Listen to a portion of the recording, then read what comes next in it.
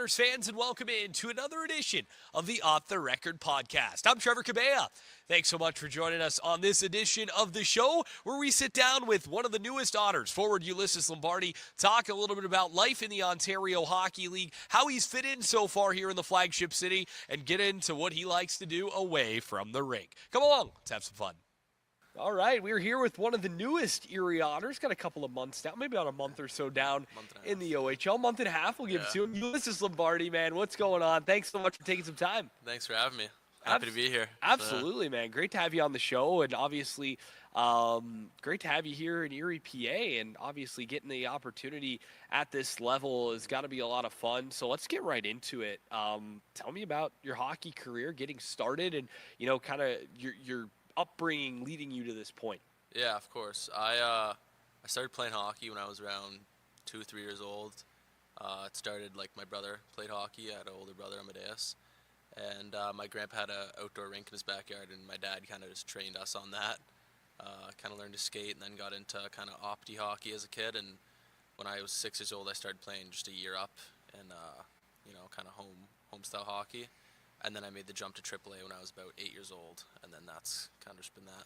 Yeah, so, just kind of going, just rising up the years, right? Yeah, and then I played a bunch of AAA, and then my U16 year, I got drafted, and then I went back for a year of U18, which was unreal, had a blast.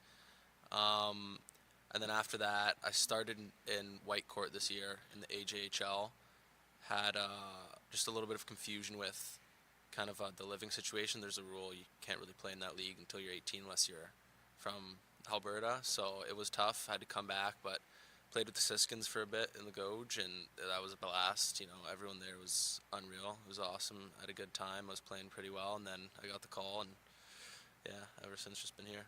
Happy to be here. Absolutely, man. So talk to me about, you know, some of those years, those formative years, and how they've allowed you to kind of develop into the player that you become. Yeah, I was always kind of a pretty tall kid, pretty big, and I was always kind of I don't want to say one of the better players, but I was pretty skilled growing up, and I think I just had good vision, and so I kind of trained at that for a while, and then, you know, for a little bit I got some bad injuries. I broke my ankle in U16, which kind of hindered me for a bit. It's kind of something tough, but I broke my wrist in U14 as well.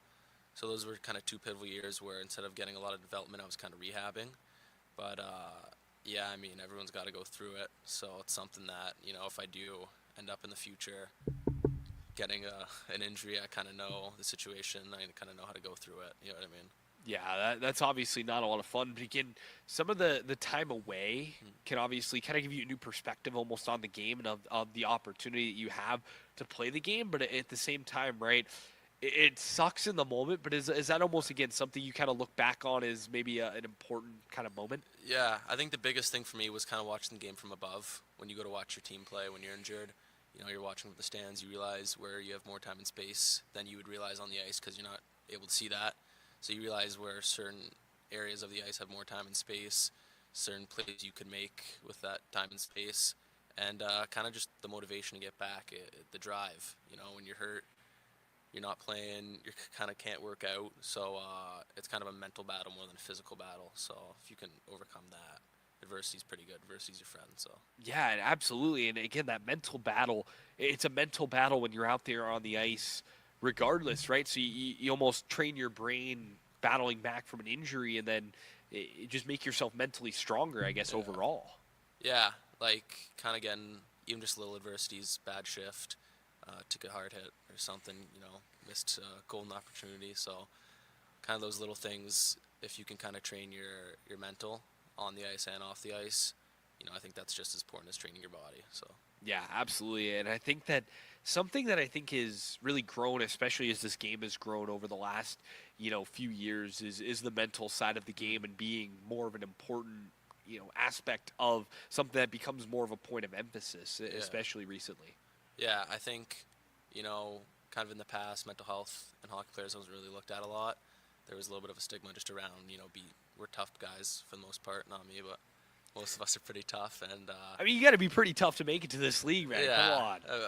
I don't know about that. I'm trying to get tougher. So, but there is kind of a stigma around, kind of just be tough, kind of battle through it. And it takes a lot to open up and kind of, ask for help. There's nothing wrong for it. So I think a lot more players nowadays are kind of coming out and kind of reaching out for that help. So I think it's very big for the sport. Yeah, 100%. I think that's something that's huge for the sport and obviously huge for the game to be able to, have that. And obviously, the league has done a great job, I think, in terms of, putting that emphasis on it more. And again, even the mental side of the game itself, a guy battling through an injury, that's not easy to do. And to be able to kind of fight through that has been huge. Obviously, again, for you, who's kind of dealt with some adversity, it feels like the payoff of now having the opportunity to play at this level is certainly worth it. Yeah, no, it feels unreal. There was so many years where you go to camps and you're disappointed, you want a better result, and kind of just a lot of battles with parents, brother, trainers, just whatever, even if it's little things, all those people want the best for you. So just kind of when you kind of get that opportunity, kind of get that final shot, you kind of look back and take a big sigh. You never know where you're going to play next year. It's always kind of iffy. It is a business. Hockey is a business. So, especially when you get picked up by an organization as great as the Otters, it's a big sigh of relief. So, very happy to be here. 100%. Obviously, you get drafted by Flint. Don't play a game for them, but obviously, working your way through that organization, you get the call that you're going to get traded.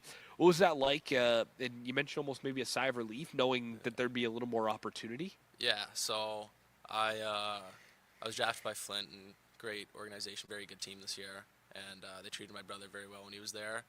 So I got drafted. I went to 2 of their camps. So it was nice to kind of get that call because I was in the Goj. I didn't really know what I was going to play. I was talk with my agent all the time, being like, "Hey, what's the word? What's the word?" I was playing very well, and not to be anything like that, but in a humble way. Hey, if you're playing well, man, you can say you're playing well. I was playing pretty well, and I was just kind of talking with my agent, my brother, and my family, being like, "Hey, what's the move? What's going on?" And we weren't really hearing anything from Flint. They were a very good team. It's a very tough, almost odd man out, right? Yeah, it's very tough to get called up. So you're kind of nervous. You're sweating. You're like, "Where am I going to play next year?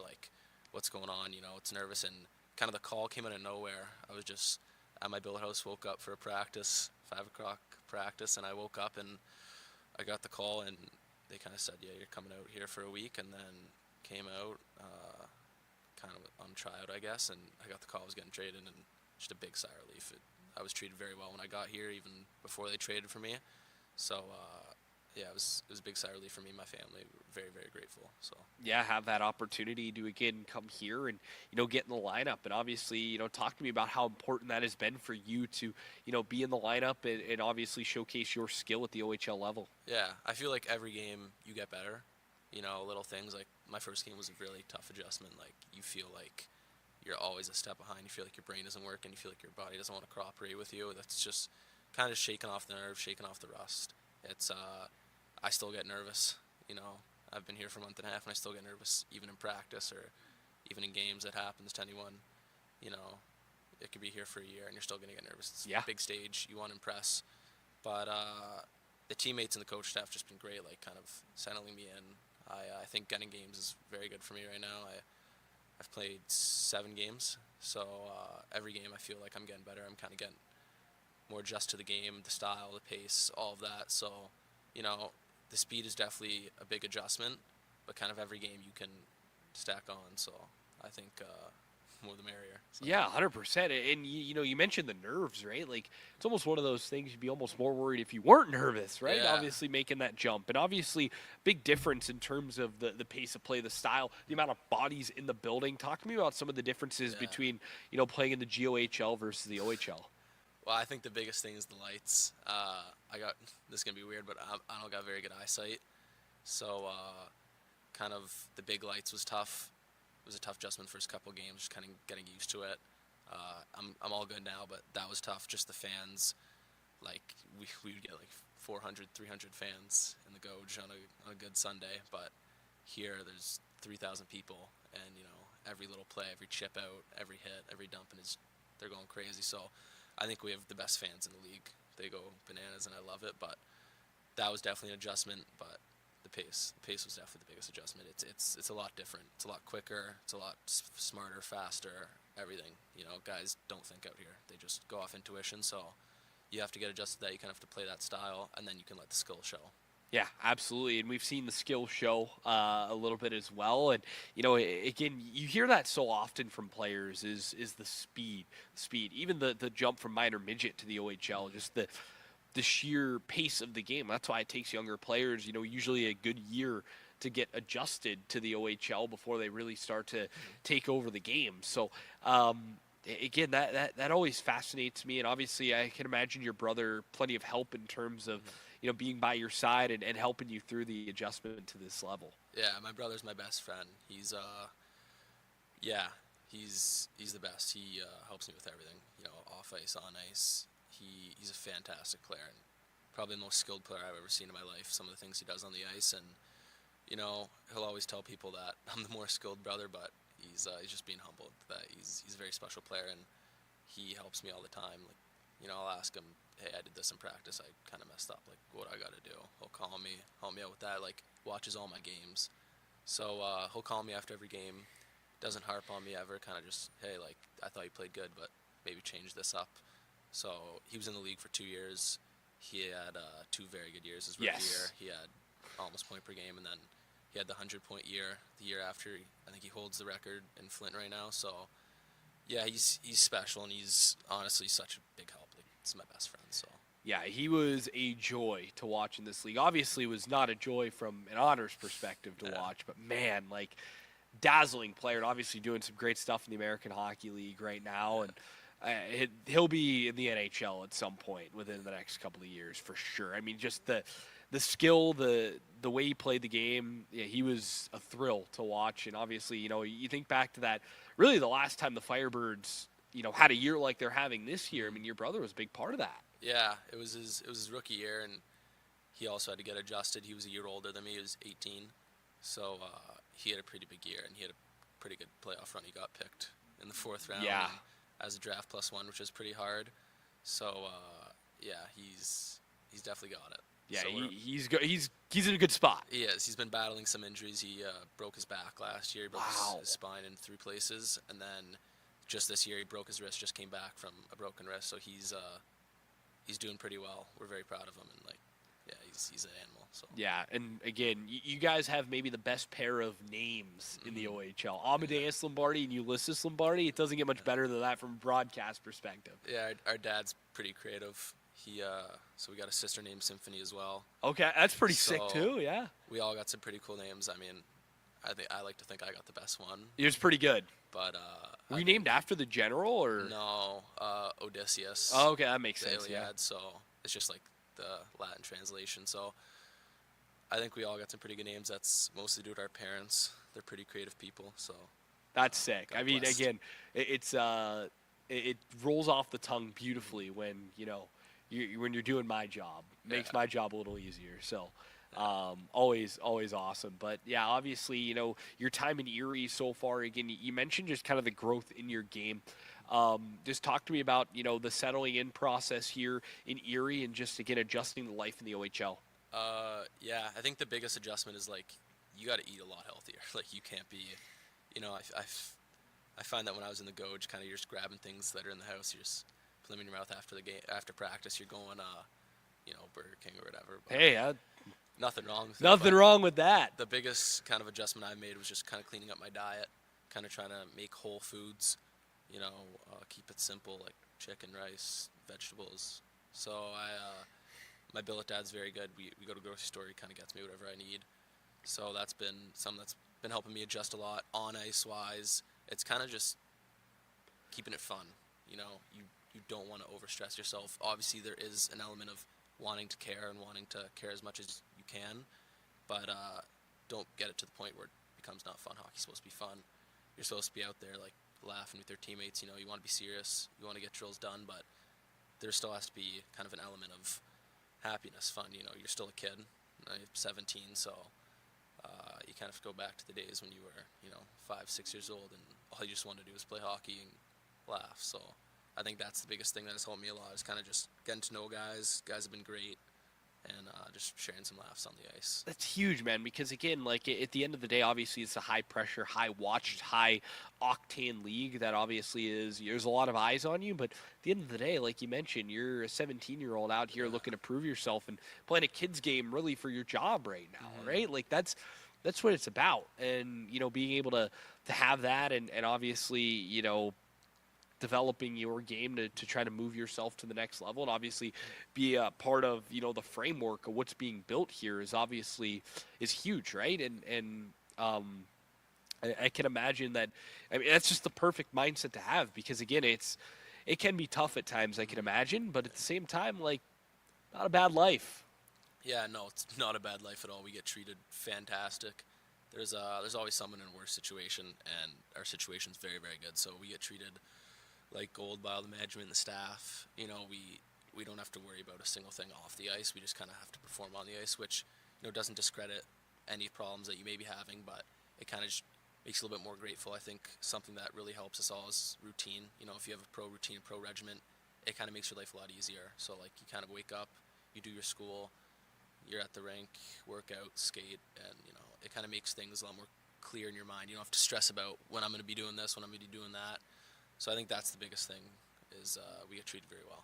Yeah, and again, routine is so helpful. I'm kind of the same way, right? Like I need usually, this, and this, like done this day, and then kind of breaking that up it always makes the week go a little bit faster. And then, once you get all the other stuff done, you get to play a game. Yeah. And, you get to the games for me, right? That's the reward for all the hard work during the week. Yeah, when we're out practicing all week and sometimes we beg, sometimes we deserve it, and most of the time we deserve it, but it's never to kind of punish us, it's always helping us, and I think when you're working your bag off all week, the reward is to kind of go out there and battle with your boys on the ice, kind of do your thing, have fun with it, but yeah, no, we love the games. Games are unreal. That's what it's all about, and obviously for you, it's been a little bit tough, obviously here, but an exciting framework being built, and for you, almost a guy who you can see as being maybe one of the pillars of what's being built here in Erie. How exciting is that for you of being a young guy with so much of a high ceiling? It certainly is to be looked at as a guy who could really contribute down the line here. Yeah, it's unreal. Like I'm so excited for the next year and the year after that, and yeah, we're building something really special. I know we got rid of some guys, and we hasn't been the best lately, but everyone has still been buying in. Everyone in the room is still bought in. It's going to click on the ice. I'm very excited for the next couple of years. We're going to build something really special. I think our coach Malley is one of the best coaches in this league. I think our GM, he's a top GM. Like he gets stuff done. He talks to us every day. He's in the room talking to us.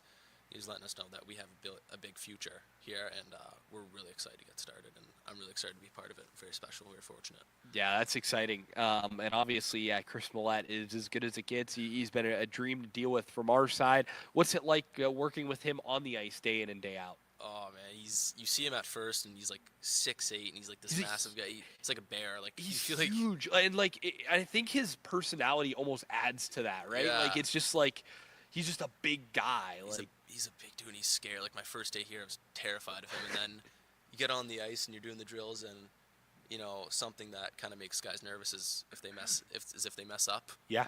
And I messed up like one of my very first drills here, my first practice, and just kind of comes up to me and cracks a joke, gives me a pat on the back, and kind of just like drop your guard. It is scary to see a guy that big and be like, oh wow, I got to impress this guy. He's massive, he's terrifying, but he's a really good guy, and he's a really good not only hockey coach, but he's a good players coach. Yes. He's very good in the room, very easy to talk to. Like I don't ever feel like I'm worried when I got to go talk to him about a problem or something. So him and Keenan, they're unreal. And yeah, and obviously for Keenan, a younger guy as well, it's got to be easy to relate as well for somebody your age. Guy that's only 10 years older than you, has had experience in this league. He's played in Flint, obviously an organization well. Yeah. So I can imagine that helps the transition process a little bit. Yeah, Keenan's been unreal. He's funny. He's a funny guy, and sometimes he feels like one of the teammates almost who's in the room chatting it up, and then we get out there and he's a very good coach. He's a very good skills coach. He's a very good power play coach. He's great. he can turn on that professionalism like that, but he likes to kind of let loose, kind of chat with the guys, and I think that's something that really helped me kind of get incorporated. Him and our coach Kenny. Kenny has been unreal for me, kind of getting incorporated into practices and stuff, and you know, he gives me advice after every practice, even if sometimes, you know, he doesn't tell you what you want to hear, tells you what you need to hear, and that's all you can really ask for out of a coach. So him and Keen have been really good. Yeah, they're fantastic. Great guys. Always enjoy chatting it up with those guys. And again, very well experienced within this league, and they know what it takes to win in this league as well. And again, you mentioned Keenan's ability on the ice. I mean, he's an unbelievable skater. Every time I watch him skate, man, just like ridiculous. I wish I could skate that good, man. Like, great skater. I don't know about the hands, but fantastic skater. No, he is pretty skilled. He's got some good hands. We'll be playing two-puck, and he'll pull some moves on. You're like, where'd that come from? Where'd that come from? But hey, you're a pretty good skill guy yourself, though. We've seen that. I'd like to think so, but yeah, I mean, it's like not the whole game. The one that jumps out for me is the pass to Tyler Cooper and Sarnia for the goal. I mean, that was pretty wicked. Yeah, well, he's a good player. He's very good. What's it been like working with him? Because I feel like you two have had some pretty good chemistry out on the ice. Yeah, my second game, we were in Flint. My first game, I like to kind of just think as just a wash. It was tough, and it was kind of just an adjustment game. I had lots of fun, but it was a tough adjustment. So my second game, going into the game, I kind of thought, okay, like, you had your one kind of let go, you know, let it go, and but now you actually have to kind of lock in, do your thing. It's not all fun and games. So he was really important. Kind of just, you know, you get back to the bench, this guy doesn't yell at you. He doesn't. He's pretty calm, and he's just an easy guy to work with. You know, you give him the puck, you trust him with the puck, he'll trust you with the puck. So kind of playing with him, my second game in Flint, I set him up for a nice goal, and yeah, like, we'll be talking on the bus. Some things we want to try out in games, and he's very nice. He's a pleasure to play with, honestly. He's so young and he's so talented. You see the player he's going to become, and he's going to be massive for this organization in the next couple of years. Yeah. Keep that connection, man. Lombardi to Cooper on the you know, the line for the Otters here. We'll see if that's something that, you know, continues over these next couple of years. Again, a couple of young players with a very exciting, bright future, and yeah, again, chemistry has been easy to see, you know, on the ice and building from there. So let's step away from the rink a little bit, chat a little bit about you. A couple of things I want to ask about. First of all, I know you're a big soccer guy. We talked about that with our last guest. Talk to me a little bit about your relationship with the beautiful game. Yeah, no, so I'm Italian. Big soccer household. I played growing up, and then my dad was kind of like, all right, focus on hockey. But me, my brother, my sister, all of us played growing up. And our grandpa played professional soccer, and yeah, he kind of got us into it. We're big Italians. He played at Lazio, right? Yeah, he played professional in Lazio, and then he came and he played for Toronto, Croatia, or something like that. So he's an incredible guy. My grandfather, he's, you know, soul of the earth, and he kind of got us all into soccer, and it's kind of a connection that our whole family has together. We're big Forza Azzurri fans. We love the Azzurri, so. Yeah, we kind of watch soccer on Sundays, and we're at home during the summer with our grandfather. It's kind of just something we do. Me and my brother like to go just kick it on the pitch kind of on our off days, so it's nice. It's very fun. It's awesome sport. Awesome sport, man. It is. It's the best. Like, it's my Saturday and Sunday morning traditions from August to May, and it just, you know, looking forward to the World Cup coming up next year. Obviously, we'll see if the Azzurri qualify. I mean, we'll see, but yeah, I don't know about that. I don't know. We'll see. I have one of my big things is collecting soccer jerseys. I have a few classic Italy kits in my collection. So. What's your best jersey you got? I've got so I'm a huge Man United fan. Sorry, not best. Your favorite. My favorite. That's tough. Probably United's 90 to 92 away shirt, which is, I don't know if you've seen it. Maybe flash it up on screen if that's a possibility. But it's like a powder blue with like the M design, like it's like a snowflake design all the way through. Unbelievable. Yeah. Paid a lot of money for one, but very much worth it. That's a good one. I have a USA's 94 away shirt, which is like kind of like a jean design almost. It has stars all over it. It's pretty cool. So I'm thinking and I'm hoping that for the World Cup this year, with the U.S. obviously being one of the hosts, they kind of dig back into that design for the year that the last time they hosted back in '94. So those are a couple. I'll give you one more. Is Ajax did a Bob Marley shirt a couple of years ago. I have that one. That was a pain to get because it sold out everywhere. Because Bob Marley is just such like an icon, right? And obviously, connection to the club is they sing Three Little Birds before every game. So they did a shirt, with kind of the Jamaican flag. It's sick. So do you have any good ones in your? Yeah, my dad got me for my birthday when I was a kid. He got me a Balotelli jersey. Okay. Milan. So Nice. That's pretty nice. I love that one. Kaká, got a Kaká jersey Nice, as well. that's a good one too. I remember when he played at Orlando City, like late in his career in MLS. Yeah, he's so fun to watch. I'll just sometimes I just turn on my computer and watch some Kaká highlights. So him and kind of Balotelli. I got a Tutti jersey, the 2002 powder blue Italian jersey, kind of like the little neck guard. Yeah, those ones are pretty sweet. So like the tight Kappa. Yeah. That's those are nice. And I got some tracksuits, some Italian tracksuits. Nice. I always love a good jacket. I don't have enough in my collection. Yeah. Like the soccer jackets they're sick. Like I love a good tracksuit. Like it's a good look. Like I'll always go like out thrifting and just kind of look for them. Yeah. They're tough to find. They are, especially here. Yeah. Like at home, I found a really nice one that I like, but maybe I'll have to go thrifting on the road then and try to find this stuff. Like I just buy it all on the internet now, but like. Yeah, you kind of got to watch because sometimes you end up overpaying. Like sometimes. Yeah. I'll get up at the cash register and I'll be like, oh, I don't know if that's the play, but sometimes you get the opposite effect, right? Where you get a really good deal. This is going to be expensive, and then they scan, and you're like, all right, not bad. That's pretty good. I mean, yeah. Sometimes though the '90s jerseys can run you a couple $100 a pop. Like they're not anything vintage, really. Exactly. I feel like it's more in style now, right? Like vintage clothing is. I'm big on vintage clothing. I'm just big into clothes, fashion. Fashion music's kind of my thing outside of hockey. But yeah, no, I find that. In the summer, me and my brother like to go thrifting together, and it kind of gets a little pricey. I'm never the one paying. Oh, there you go. Hey, he's got the pro hockey contract. You're all good. I'm free 99, but we like to joke around. I don't know if you've seen the show Entourage, but we like to say that I'm Johnny Drama. He's Vinny Chase. Okay. Because he's Mr. Big Shot. But yeah, no, we'll go out together. We'll get some clothes, and he always ends up paying. Pretty good guy, so. Unbelievable. Smooch off him. Might as well, right? Yeah. And build your collection, and then when it's your time in playing pro hockey, you kind of return the favor, right? Yeah, I always say put on my tab. Yeah, there you go. I'll get them in the future. Get them back. Maybe. Get them back. Maybe. Now, do you have any other pieces of vintage clothing that in a thrift that you were like, oh, I got a really good one, or anything that stick out? I got a 1994 Calgary Flames jacket. Oh, that's cool. Which is pretty nice. I got a Carolina Panthers jacket from the 2000s. Nice. Which I love. And I like only get my t-shirts from thrifted stores. So you going for vintage sports clothing then? Yeah. I usually go for t-shirts and sports jackets. Some pants, I thrifted these as well, but I'm big into the sports jackets. Nice. That's my style. That's sick, man. We could talk for days about that kind of stuff because obviously I'm a big jersey guy. I love, the history of uniforms and everything. And when it comes to the aesthetic of the 90s NFL too is so cool. The old starter jackets and everything. I love the starter jackets. Yeah, I got 4 or 5 of them. You ever get a couple of good ones? Yeah, I got that Flames one. I got or the Flames Panthers one. I got the Panthers one as well. And then I got a University of Harvard one. Which I really like.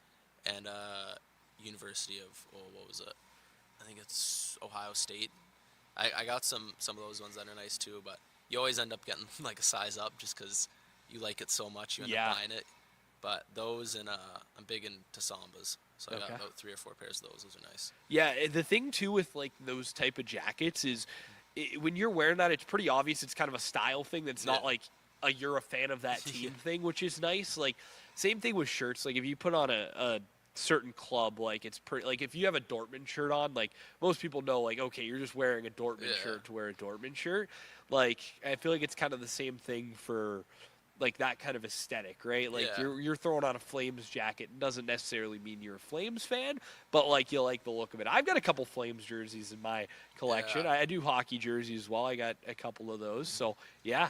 Yeah, that's a sweet hobby to have. Like, Yeah, just picking up clothes, like, buying stuff you like. Treat yourself sometimes. So absolutely. big into that. 100%. You mentioned music as well. Mm-hmm. You have maybe the biggest catalog of different. You'll just come onto the bus singing a different song, different genre Yeah. every time. I love that. Like, where'd Yeah. your love for music come from? And let's talk a little bit about some Oh, tunes. that's all my dad. My dad he's a musical genius. He was in a band he was in a band called Atomic and Dropkick Me Jesus from early '90s into the early 2000s, and then ended up having my brother. But that guy's a special musician. So like growing up, he'd always play kind of the best music for me, my brother, my sister.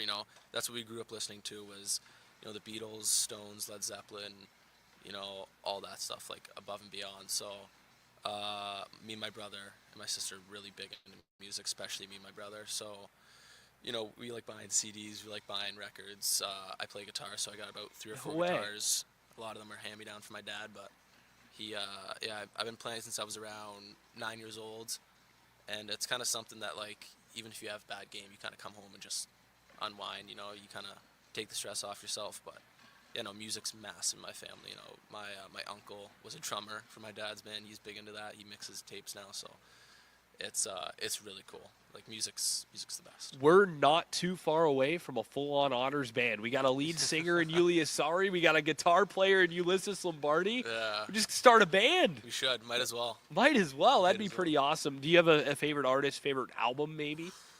I know that's putting you on the spot. That's a tough question. There's so many. Because I don't know if I can answer that. I'm a pretty big music guy as well. I love classic rock, but then, like, Beatles, Stones, Led Zeppelin. Yeah. Led Zeppelin 4 is So unreal. good. But I'm also big into kind of early 2000s, late 90s rock. I like grunge. I like, I'm very big into Radiohead.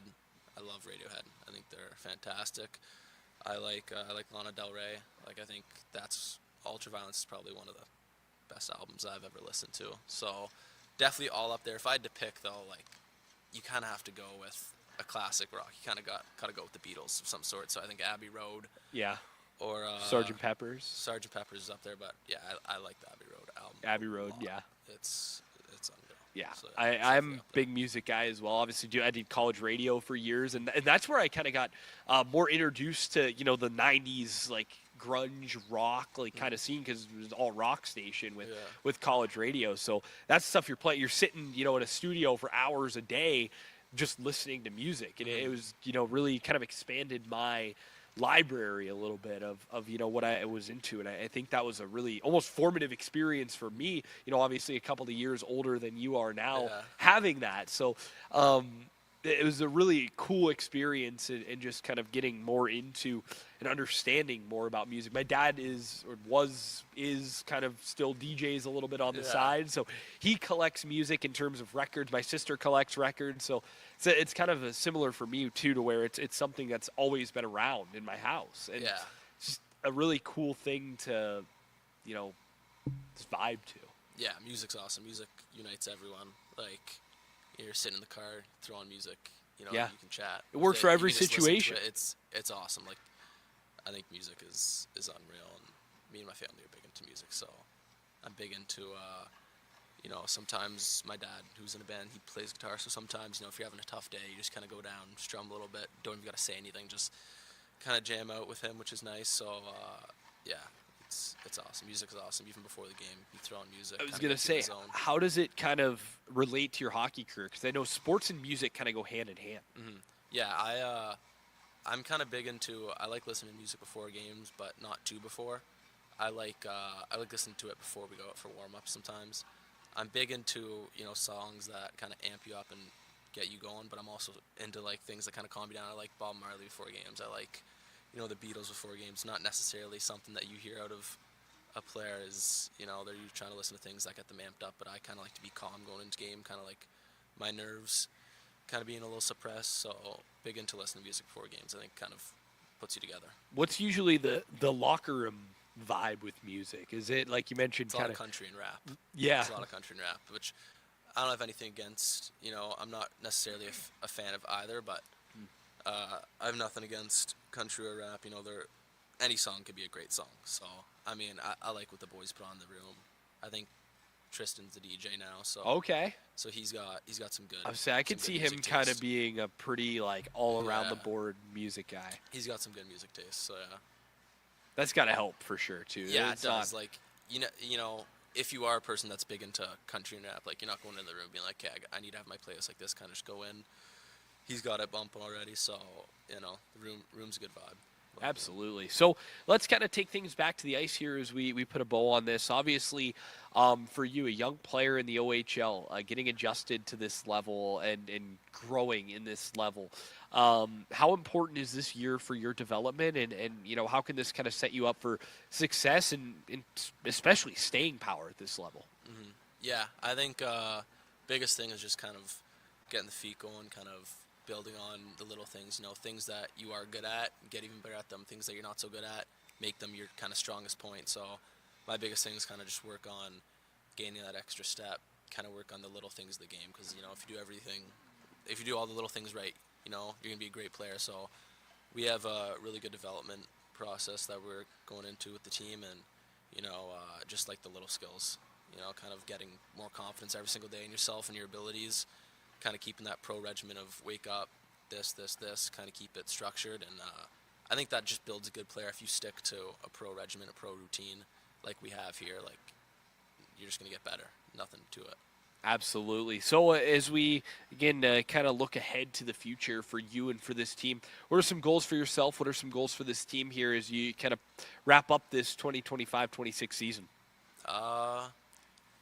Goal for myself, I kind of just want to keep getting in the lineup, kind of keep getting adjusted to the game. I want to start being more impactful of a player. You know, I'm a very patient guy, so I understand it's going to take time, but I kind of know my skill set, I know what I can do out there, and I do want to be more impactful, kind of more in the play.